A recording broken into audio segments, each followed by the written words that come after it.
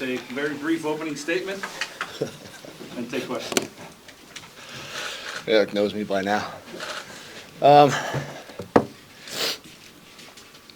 Really proud of our team. I think that game was a microcosm of who we are. You know, we're not a perfect team. I'm not a perfect coach, but we work really, really well together, have a lot of fun doing it, and that was just that was a special moment there at the end of the game, and all those sort of things. I think this is my longest opening statement yet, but I will say that was probably the thing that hampered us during that little lull there. Was we had guys, they weren't having fun anymore. They were just trying to play to the expectations of everybody else instead of playing to the love and passion they have for each other and for the game of football. So we got that corrected, and then exploded for a nice fourth quarter there. So, questions? Coach, you told us a while ago that you wouldn't even mention the words bowl game until November 27th, after this game was played. It's November 27th, and you guys are 6-6. What was that celebration like in there, and how special was this? Well, I've told you guys I have very short post-game speeches when we win. And my post-game speech was, hopefully we get one more. I love coaching this team. And that's kind of the shame of college football is it really is a new team every year. So, and I genuinely love coaching this team, and, guys like, Isaac Weaver and Jordan Young and Nick Rice and, JoJo Heaton, what a huge play at the beginning of the game to get us going. And so to be able to coach these guys for another couple of weeks is hopefully a dream come true. And I know it's not guaranteed. I know, it's all sort of sponsors and politics and TV and I don't know, other things that I'm not privy to. But you go into that locker room, if you're a human being who likes college football, you go into that locker room right there, there's 0% chance you're not sending that team to a bowl game. So, and if somebody decides not to send us to a bowl game, then they probably, take candy from babies and kick puppies and other things like that, because this team deserves it.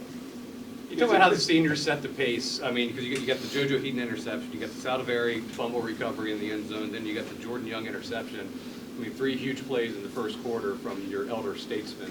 Yeah, well, let's not believe in setting the tone. Well, let's not make Sal a senior yet. Oh, sorry. I got other plans for him. So, but I would say that, JY with a huge interception. I mean, yeah, you got some seniors in there who are making some big time plays, and what was awesome is to watch the seniors, how close they are with the freshmen. And we got a guy in there tonight, Skylar Grant, playing for his first time, and he, on one of the touchdown runs, he makes a unbelievable block on a play, on the type of block that he never was able to see in practice. And you should have seen how happy Isaac Weaver was for him, and all the guys. It was unbelievable. And I just think that those type of things, everyone says they have the closest team in America, and I'm sure there are other teams that are as close as we are, but man, from top to bottom, I know no one's closer than we are. They might be as close, but no one's closer. Is this the kind of game that's fitting, given all you had to go through to start the season, that everything finally comes together? Everything you've been telling the guys. Yeah, I mean, listen, we weren't going to win on a perfect game. Yeah. You know what I mean? Like it's like 28-7, and I know everyone in the stands is like, oh, they're going to go and it's going to be 56 or whatever. And it's funny how people's expectations change, right? All of a sudden I'm over there and people are yelling and cursing at me and everything like that, and I'm like, oh, that's the life of a football coach. You go from penthouse to outhouse real quick, and people's expectations change. And I think that that's what really happened to our team. Our own expectations changed, where we were trying to live up to other people's expectations instead of just playing football the way we know how, which is having fun, playing hard, playing to the echo of the whistle, playing physical. We can't do that. I don't care if we're 1-11, 6-6, 12-0. We got to play to our expectations, and we got to play football the way we know how, and not worry about the outside chatter.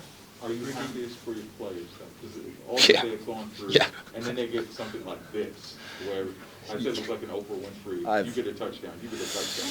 Yeah, I mean, I'm happy I'm happy for everybody in our organization because of how hard everybody works, from top to bottom, from guys who were in pads tonight and guys who weren't, from guys who were injured and out for the season to guys who scored touchdowns tonight, to our training staff who has done a Herculean effort to get guys playing, to our strength staff, to our academic staff who,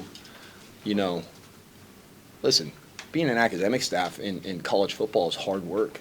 I mean, what good news do you have? You don't ever get to give anybody a touchdown, right? You don't ever get to call a play like that. They don't ever, it's very, very rarely that they set their personal best, right? It's once a semester they get their grades back. So, I mean, those type of people I'm incredibly happy for because of how much everybody's worked for it. Ricky, Ali wore number 10, I assume for Isaiah Page, his cousin. Do you think that had something to do with his career day? I think what had to do with his career day is attention to detail throughout probably the last 3 weeks that he's really focused on. I think what's had to do with his career day is some unbelievable pass protection on the last touchdown catch. Elijah Davis picks up a blitz and actually knocks him into a free blitzer because it was actually cover zero. I think what goes into his career day is, Hayden buying some time and doing some sort of things. The fact that, we have other receivers on our team like Zach Kuntz and Stone and those guys drawing so much attention. The one time what went to his career day is their whole entire secondary supported on the run because of how well we run the football. So it's a team game no matter what, and he knows that as well as anybody. Do I think that he played really, really well tonight? Of course I did. I thought he played outstanding. Anytime we needed a big play, we knew we could go in his direction. Coach, you spend Sunday, Monday for the whole season resetting and focusing ahead. Will you give yourself some time to reflect on winning 5 in a row, what you guys have done to get to this point now that the regular season's over? No, I'll go recruiting. Yep. Life of a football coach, I'll go recruiting, and then when I get done recruiting, I'll panic and try to find my wife Christmas presents. Last year was my best Christmas buying ever for my wife, and it's because I had COVID and was in my room, and I had 10 days of doing nothing. I friggin' killed it. Went 1-0 then. Yeah, it went. Yeah, 1-0 for sure. It was my best one ever, which really set some expectations. Again, speaking of expectations, I'm in a world of hurt there. But yeah, I'll panic then, and all those sort of things. And no, I won't probably be able to sit down and think about this till, I don't know, day after Christmas, probably. Because Christmas Eve, my wife will have me building stuff that I suck at building. She'll really just have me handing tools to her while she builds them. So yeah, it's one of those type of deals. Was going to Ollie so much part of your game plan this week? I mean, we've gone to him quite a bit throughout this streak. No, I mean they chose to allow a couple of those plays. He really was not the primary receiver. I would say, he had 9 catches? Of those 9 catches, probably 4 of them, he was really not the primary guy that the ball should have gone to. The ball went to the right place, don't get me wrong. What I thought was really cool is the last play we ran. We have run it from that formation before, but very, very rarely. And to watch the kids execute it with the lack of reps they've got from that was pretty impressive. Coach, you guys were, you started the game off really well. You were up 28-7, and then they scored 21 unanswered. What happened in that moment? What did you tell your guys to, hey, like, let's regroup and let's get back to playing the way you started this game off? Well, obviously, I didn't say enough. I mean, we let them score 21 straight, so I got to figure out something else to say to them. But, you know, the same thing I said. I said, we got to start having fun. Let's go back and have fun. This is where we want to be. This is who we are, and let's just go have some fun. And you know, I heard the guys saying 1-0 a bunch, which is awesome. And you know, it was just everybody knowing that we needed to just step up and play. It's never about making a play. It's about making the play. You know, and it's the play might be a block. The play might be a tackle. For maybe a 5-yard gain. It's never, but when you try to go make a play, like I'm going to stop this myself, well, that's how you get out of position and really bad things happen. So I thought we just regrouped and, you know, there were some great calls. I thought there was some really good play calls across the board. One of them on defense there to get the strip sack that JY recovered, that Corey Jackson caused. You know, did an unbelievable job of showing a blitz the other way. The quarterback checked the protection that way, and then obviously, you know, that's why you let quarterbacks check protections. It's because no one wants to get hit less, you know, no one wants the quarterback to get hit less than the quarterback, maybe his mom. But that's why you allow him to check protections. He did a great job all night. That one, we tricked him. And that's what happened. I would like to say that I thought that quarterback is one of the toughest human beings I've ever seen. We hit him a bunch. He was almost impossible to sack there for a little while. Gosh, he was an impressive player tonight. You ever seen Nick Rice make a tackle like that in practice or anything? Well, not a live tackle, no. But I have seen him. I mean, we put him in our make and miss tackling circuit. They're in our tackling circuit every week. They go up there, and he does a great job. He's a tremendous athlete, you know. And if you've ever, I mean, he's pretty ripped. I mean, you know what I mean. I'm not even gonna say for a kicker, like for a human being. Like he's, you know, he works out just like the rest of the guys. You know what I mean? And so he was right there, and that was a picture perfect form tackle. We're gonna have to put that on some of our teach tapes. We'll tell all future kickers, look, we'll get you to be a great tackler too. It's another form of development for us. Coach, 1-11 before you got here, obviously not playing last year. Is 6-6 possible with the probable bowl game? Is that a milestone for you guys this year? And it's not anything that I marked down and said, hey, if we get here, it's great, or anything like that. It's not anything that I told anybody about what we would do. I think I just like that, you know, we keep finding ways to get better every week. And we have, you know, I mean, every single week we've got better at something. There's been things that maybe we haven't got better with. I thought we played unbelievable on special teams all year. I thought tonight we didn't play as well on special teams as we had. And I thought that was a little bit of the hesitancy that, you know, I probably caused some of that. So I blame myself because I thought they'd run a few more trick plays and things like that. So I think that created some hesitancy in guys on their heels a little bit in terms of that. After a few weeks of kind of stiff-arming questions about the whole scenario, will it be a relief to finally acknowledge it, talk about it, even with the players? I mean, yeah. I mean, not a relief. It's not like it's been a source of anxiety or anything like that. But I mean, yeah. Well, I mean, I certainly hope we get an opportunity to play in a bowl game. I think we've earned it. I think you know, Monarch Nation's earned it. I think the university has earned it. I know the kids in that locker room have earned it. And I know there's some people who, you know, maybe a bowl game sometimes is like, oh, we're going to this bowl. That's not a great, like, our kids you want to talk about a group that's going to be very thankful and unbelievably appreciative of any opportunity they get to play one more game together. That'd be us. Coach, so you guys started off the year obviously not on the best footing, not what you guys have wanted to, but you turned it around at the end of the season. what do you credit to that? Does that go to how close you said the team was, or just guys actually, you know, 'cause every team says they're trying to get better every week, but you guys really show it every week. You guys got better and better. So what do you credit that to?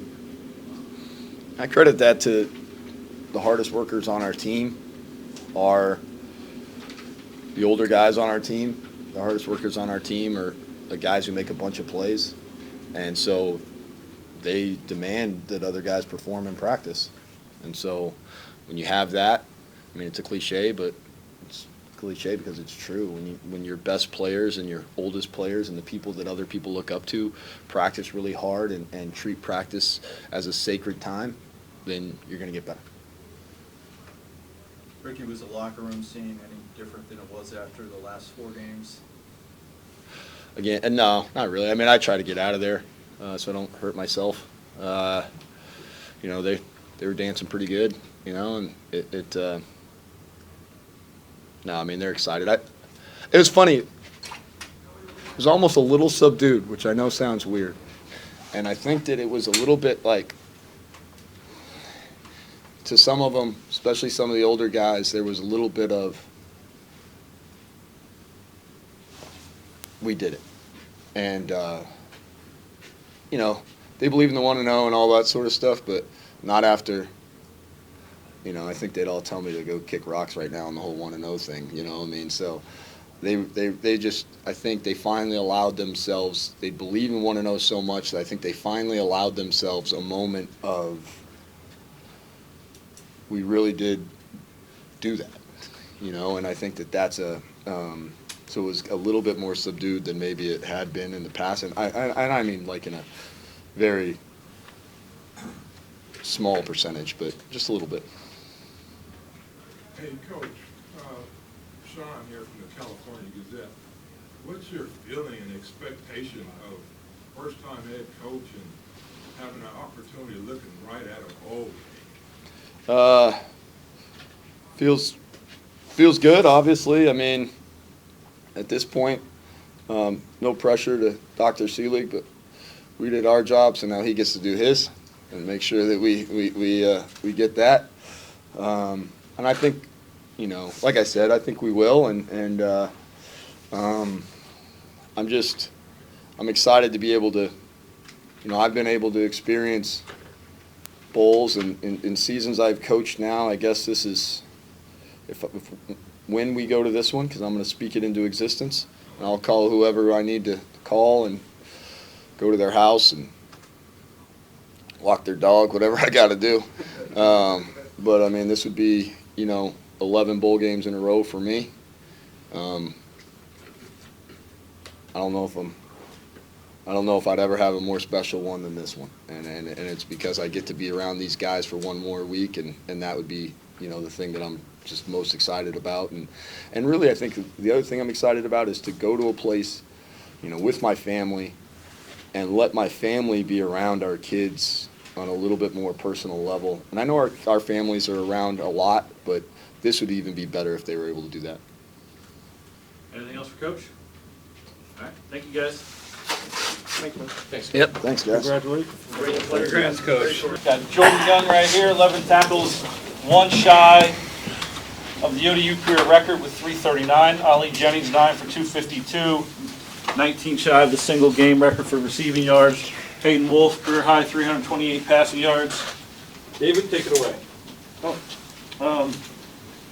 Hey, Coach said that less than half of the balls Ali caught were plays where he was designed to get it for free. What made you keep going to him? Just, you know, trusting the play at hand, you know, and trusting him.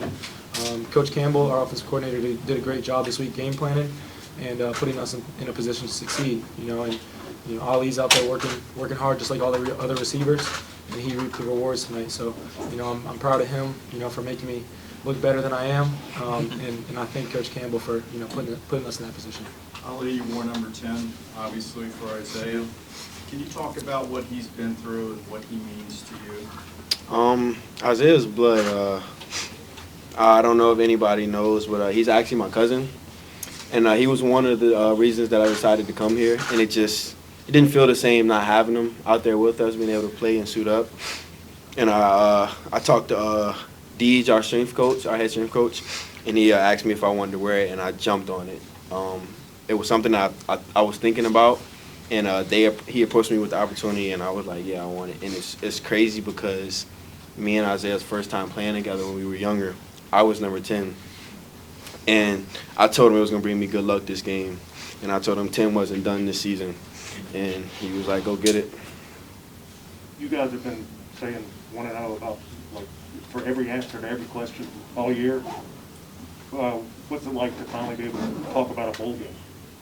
You know, I don't know who was in this room, you know, after the Louisiana Tech or before the Louisiana Tech game, but I told you guys, you know, we're just going to work on going 1-0, you know, and you know, one of the comments made was, well, you guys haven't been 1-0 in a while, and that was true, you know, but like I said, that's our culture, that's our mindset, and each week we went out and prepared just like we were going to go 1-0, you know, so we use, you know, stuff like that to motivate us to, you know, play better. And, you know, we ended up having success. So we're excited, you know, moving forward to watch this film, get better from this film, and, you know, look forward to going 1-0 against whoever we play next. To any of you, how relieving is it just to get to this point, given you were 1-6 at one point in the season? I'm not going to say it's a relief because it's last year for me. I'm just taking it every moment. I mean, I've just tried to enjoy the process and enjoy every moment with the guys in the locker room, with the coaching staff, with everybody, just embracing the community and just really taking in every single second I have with these guys because it's really a brotherhood. The guys that I love, we've been through so much together, and I can just really count on these guys for honestly the rest of my life. So. This is one of those days where who wasn't scoring a touchdown besides you? But what about your day? I mean, had any of you seen anything like this starting with you, Ali? Nah, this is probably the best game I've had since I started playing football. You know, I used to have like games in high school. It was like 2 catches, 100 something yards, and 2 touchdowns. But just being able to keep making plays when it counts for my team, it's just a great opportunity. And I want to thank this guy, the O-line, and the coaches for believing in me, trusting me, and helping us make it happen. I'd say as a defensive player, I mean, to always have the trust in the offense that they're going to go out there and get a first down or go to score when it's needed. It's awesome to feel. I mean, because we've been through some tough times and had some stretches where the offense wasn't as good or defense wasn't as good. And right now I feel like we're very balanced and we do a great job supporting one another. And I said it's really a brotherhood. You guys think, is there any reason why this team shouldn't go to a bowl game? There's no reason that we're not going to a bowl game.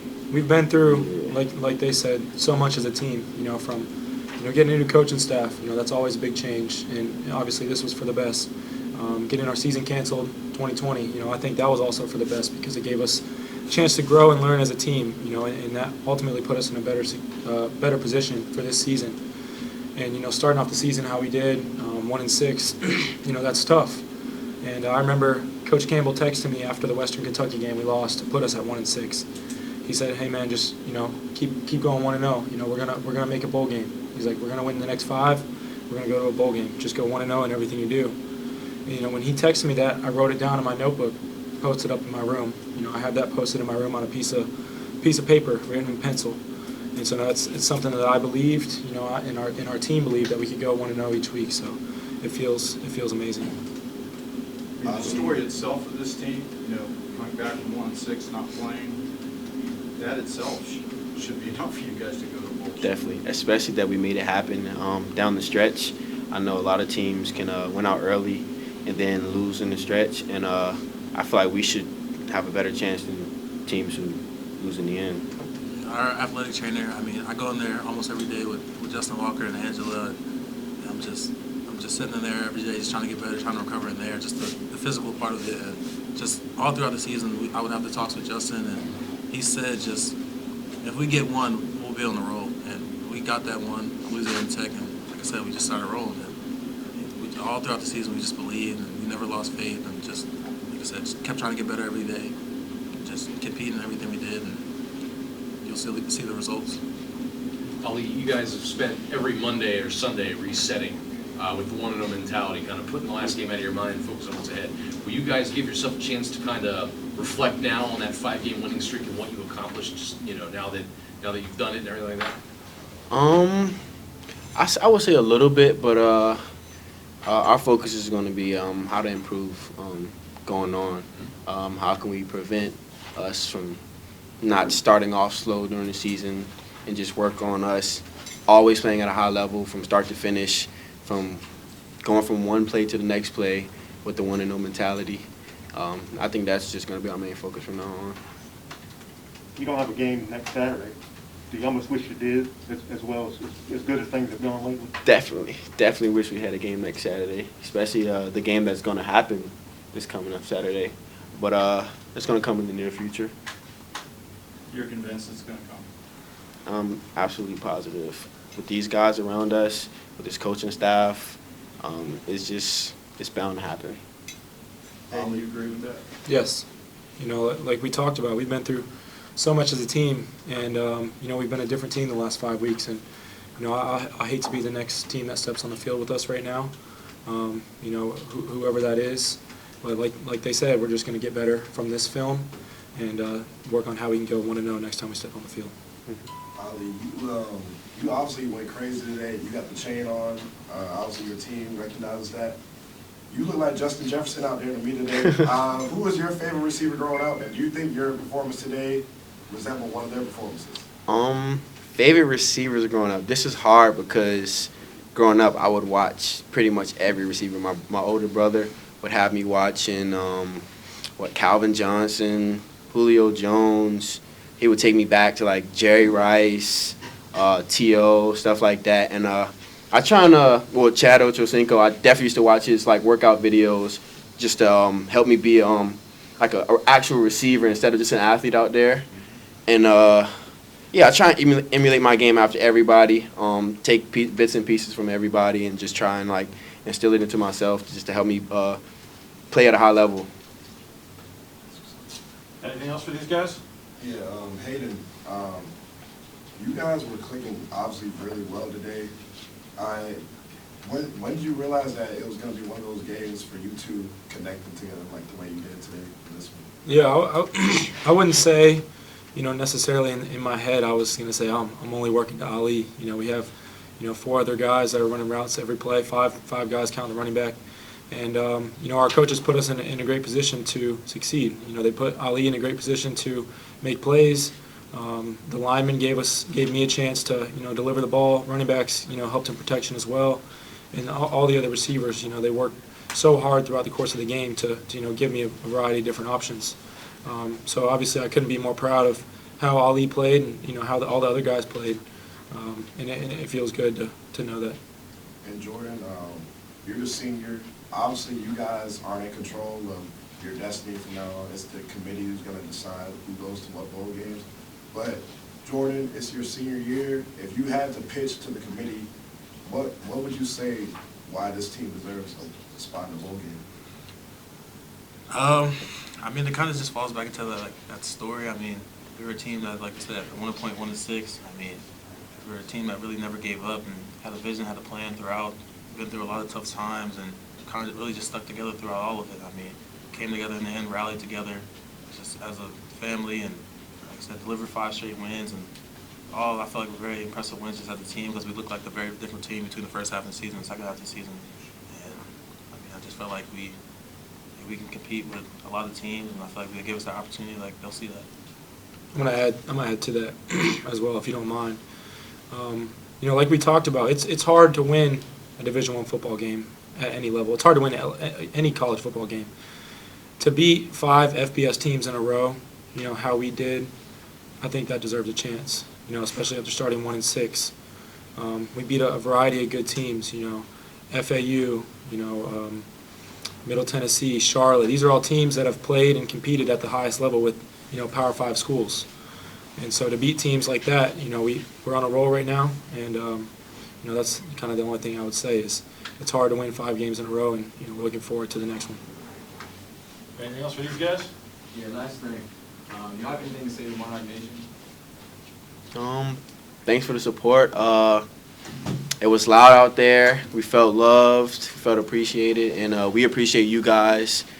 And let's go Monarchs. Rain on. Thank you, guys. Thank you guys, appreciate it.